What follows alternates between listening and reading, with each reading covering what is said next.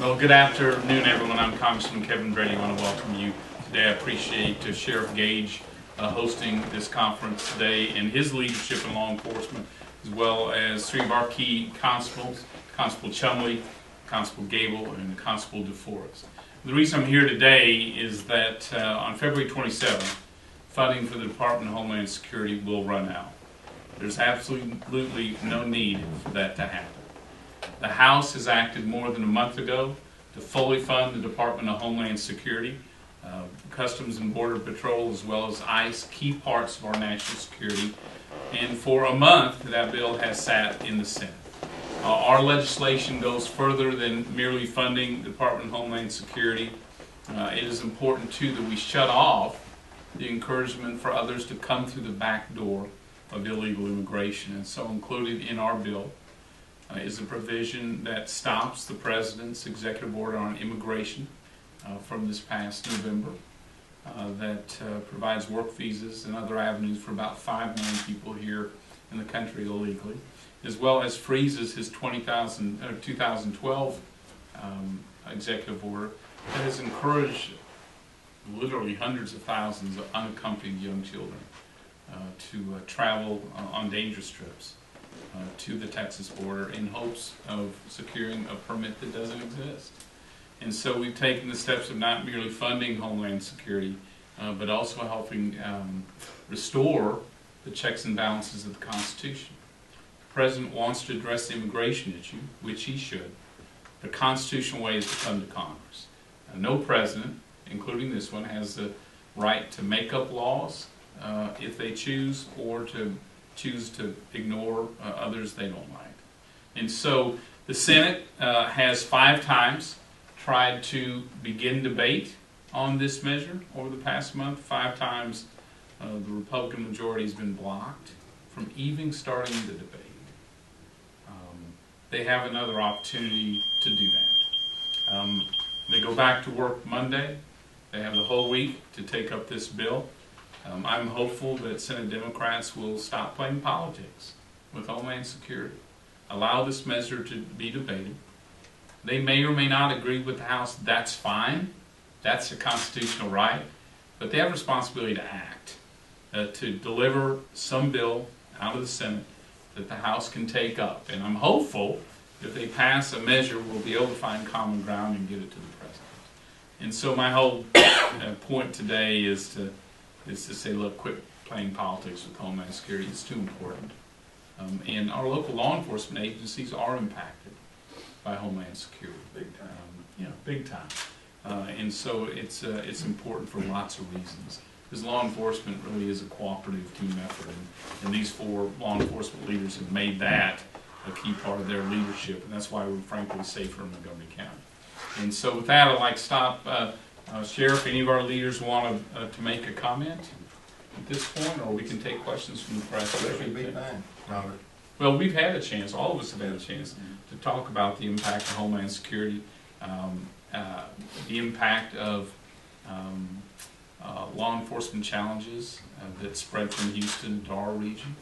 And so again, I really believe we need to shut the back door of illegal immigration so we can keep open the front door of legal immigration, which, by the way, that front door is broken, needs to be fixed, and this is key. This is a key element of it, securing those borders.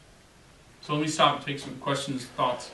You need to start with just sort of spell it out why the fund was run out on February 27th when you say that. Yeah, before Congress adjourned last session, it funded, Republicans and Democrats, and with the signature of the President, funded the entire budget for the year except for the Department of Homeland Security. That was given a 2-month extension so that this new American Congress, the one that was elected in November, would have an opportunity to not only determine funding for Homeland Security, but we'd have a full and open debate on the merits of the President's executive order. It is a controversial order. I think 8 Senate Democrats have said they believed it was the wrong way to go about the work. So the thinking was, since there was a new Congress elected, let this very important issue be debated with the new Congress. And so that's why the February 27th deadline is here. Yes, sir. Do you think that there's any chances that a lapse in funding could be mitigated in some way, or do you think we're going to go over that cliff? My thought is, why find out? Why not solve this in the remaining week? Frankly, the Senate's had a long time to take this up. I'm not asking they agree with every part of the House bill. That's not the case. But do your job.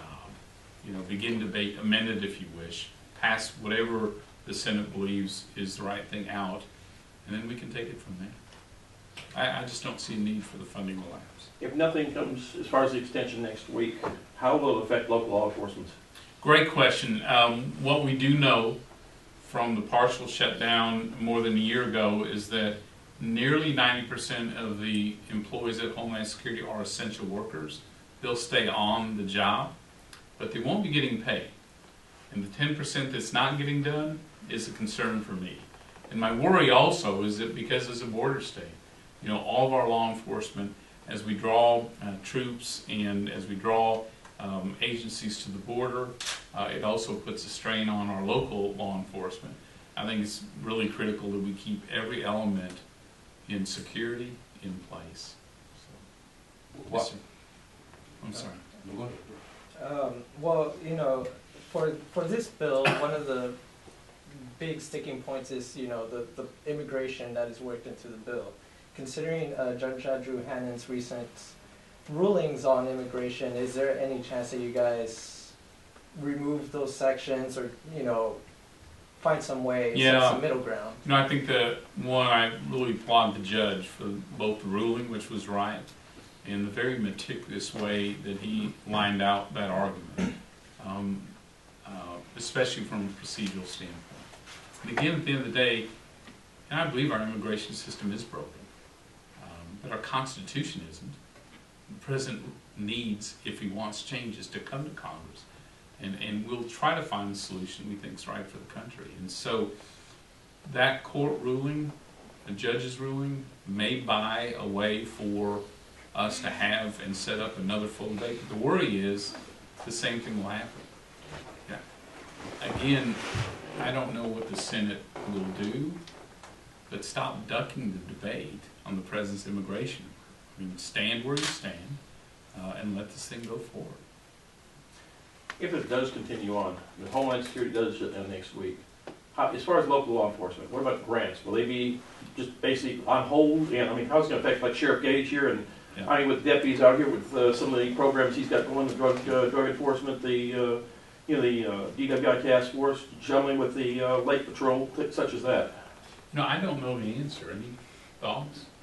No, sir, I don't know that that's going to affect, you know, the grants and all that we have now. It'll affect grants in the future, certainly, that we need. And of course, like you say, with law enforcement, with DPS, you know, leaving our county and going to the border, they take so many out of here. They take the Texas Rangers. We have 2 Texas Rangers assigned to the sheriff's office. And our game wardens. Mm-hmm. And they go to the border. Well, when they go, that picks up our workload here as far as traffic enforcement in this county, and it's a pretty busy county. For us personally, you want to move to the podium? Thank you.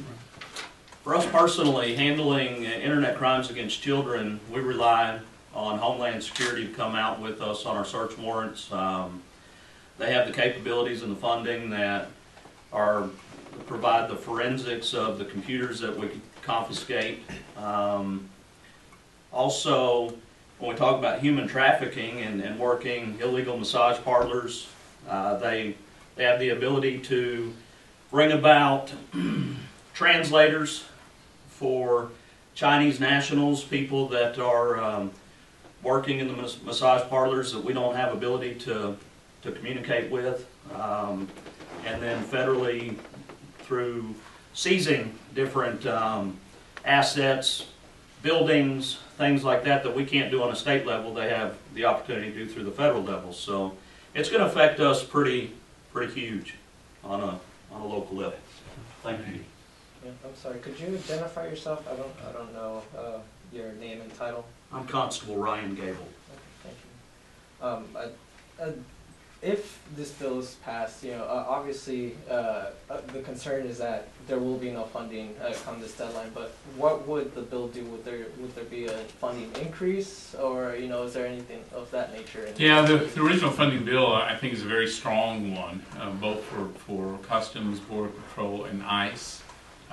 Clearly, the challenges along the border are still there in a very big way. We still, by many estimates, don't have operational control of the border, and it's not getting any easier. And so I believe a two-step approach, the funding in this Homeland Security bill, and the bill that the chairman of Homeland Security, Michael McCall from Texas, has filed and will be voting on in April, or perhaps later in March, frankly, may be the strongest and smartest border security bill I've seen introduced. And so we've got an opportunity both to fund it the right way and to make some of the smart changes so it's more secure for the long term. One of the things I like about the future security bill by Chairman McCall is that it puts in objective measurements on whether we really are controlling the border. Right now, the same administration that's doing the monitoring is telling us it's secure.